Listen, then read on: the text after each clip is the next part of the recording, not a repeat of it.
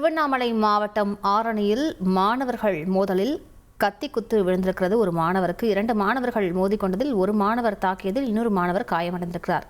கூடுதல் விவரங்களை செய்தியாளர் நந்தகுமாரிடம் கேட்கலாம். நந்தகுமார், தற்பொழுது அந்த காயமடைந்த மாணவர் எப்படி இருக்கிறார்? எதனால் மோதல் ஏற்பட்டது? இந்த கத்தி எடுத்து வந்தது தொடர்பாக பள்ளியில் ஏதேனும் விசாரணை நடத்தப்பட்டு வருகிறதா? விவரங்களை பதிவு பண்ணுங்க. வணக்கம். ஆரணியில் பள்ளி மாணவர்களிடையே மோதல் ஏற்பட்டு ஒரு மாணவன் கத்தி குத்து இன்னொரு மாதம் காயம் ஏற்பட்டு ஆரணி அரசு முதல் சிகிச்சை பெற்று வராங்க. இது சம்பந்தமா ஆரணி டவுன் போலீஸ் விசாரணை மேற்கொண்டு வருகின்றனர்.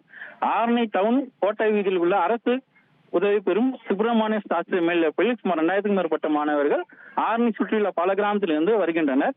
இதுல ஆரணி சுந்தரிங்கப்பட்டு கிராமத்தை சேர்ந்த நெசவு தொழிலாளி மேகநாத மகன் சதீஷ்குமார் இந்த பள்ளியில 10ஆம் வகுப்பு படிக்கிறாரு. அதே பள்ளியில சுந்தரிங்கப்பட்டு கிராமத்தை சேர்ந்த வசீகரன் என்ற மாணவனும் பயின்று வருகிறான். இந்த நிலையில இன்னைக்கு வழக்கம் போல அரசு பேருந்துல 2 மாணவன் ஒன்னா வராங்க. வரும்போது ஆரணி புது பேருந்து நிலையிலிருந்து பள்ளிக்கு வரும் வழியில 2 கும்பலுக்கு தகராறு ஏற்படுது. இதுல சதீஷ்குமார் என்பவரை வசீகரன் என்ற மாணவன் கத்தியால் கழுத்தில் கீறி உள்ளார். இதில் பலத்த காயமடைந்த சதீஷ்குமார் தற்போது ஆரணி அரசு முதல் சிகிச்சை பெற்று வரார். என்னையும் அடிப்பட்டு எனக்கு தனக்கும் அடிக்கப்பட்டு தனக்கும் காயம் பெற்று சொல்லிட்டு வசீகரன் என்ற மாணவன் தற்போது ஆரணி அரசு மருத்துவமனையில் சிகிச்சை பெற்று வந்தனால இந்த நிகழ்ச்சி பரபரப்பு ஏற்பட்டது. இது சம்பந்தமாக ஆரணி டவுன் போலீசார் வழக்கு பதிவு விசாரணை மேற்கொண்டு வருகின்றனர். இது மட்டுமின்றி பள்ளி நிர்வாகம் சம்பவ இடத்துக்கு மாணவர்களிடையே பேச்சுவார்த்தை நடத்துகிறாங்க.